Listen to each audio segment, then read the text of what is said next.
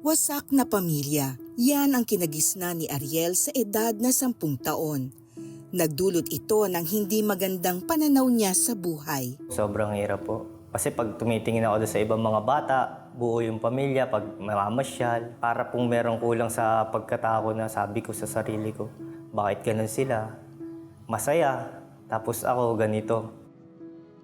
Sa paghahanap ng kalinga at pagmamahal, natagpuan niya ito sa masamang impluwensya ng kinilalang mga kaibigan. Natuto akong mag-inom, magsaya na sari-sari, droga, natuto akong manigarilyo. Doon na pumasok sa isip ko yung pagre-rebelde. Doon ko na po hinanap sa mga barkada yung mga pagmamahal na hinahanap ko sa bahay.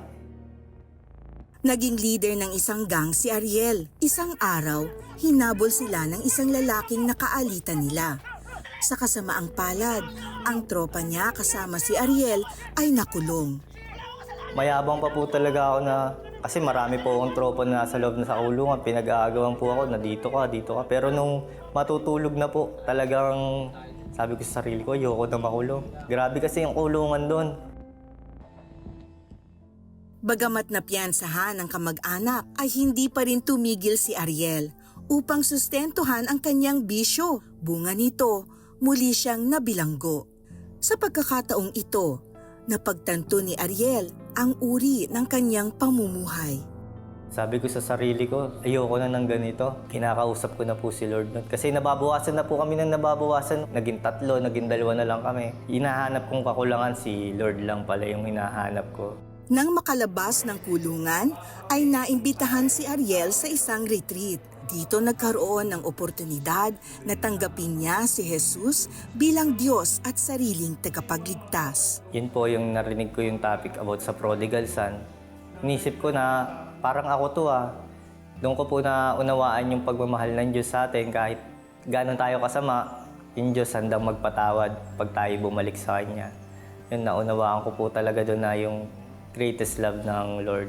Lumapit dito yung mga talagang nabibigatan sa buhay.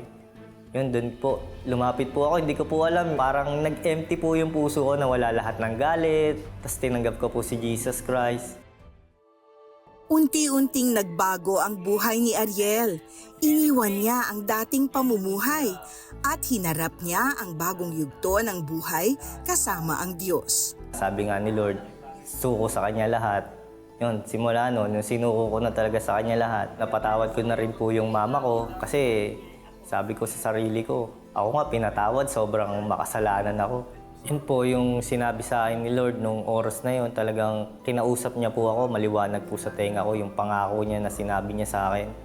Sabi sa akin, hindi kita pababayaan, pangit man yan nangyari sa'yo, may magandang ibubunga yan.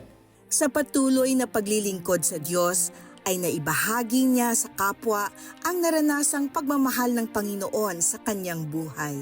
Mahalin natin yung ating kapwa. Kasi minahal lang din tayo Sino tayo para hindi magmahal? Blessing po talaga siya kasi po, share ko din yung blessing. Hindi po bilang ako, si Lord po talaga yung may istorya ng buhay ko Siya po talagang naggawa, siya yung direktor ng buhay ko. Sabi nga, bawat katapusan may bagong simula. Ngayon, mayroon ng sariling pamilya si Ariel at nagtitinda siya ng homemade empanada bilang pangsuporta sa pangangailangan ng pamilya. Sa kanyang pinagdaanan sa buhay, napatunayan ni Ariel na kapag nasa Diyos tayo, may kaligtasan, kapayapaan at kasaganaan. Ang bumuo ng pagkatao ko, yung presence talaga ng Lord.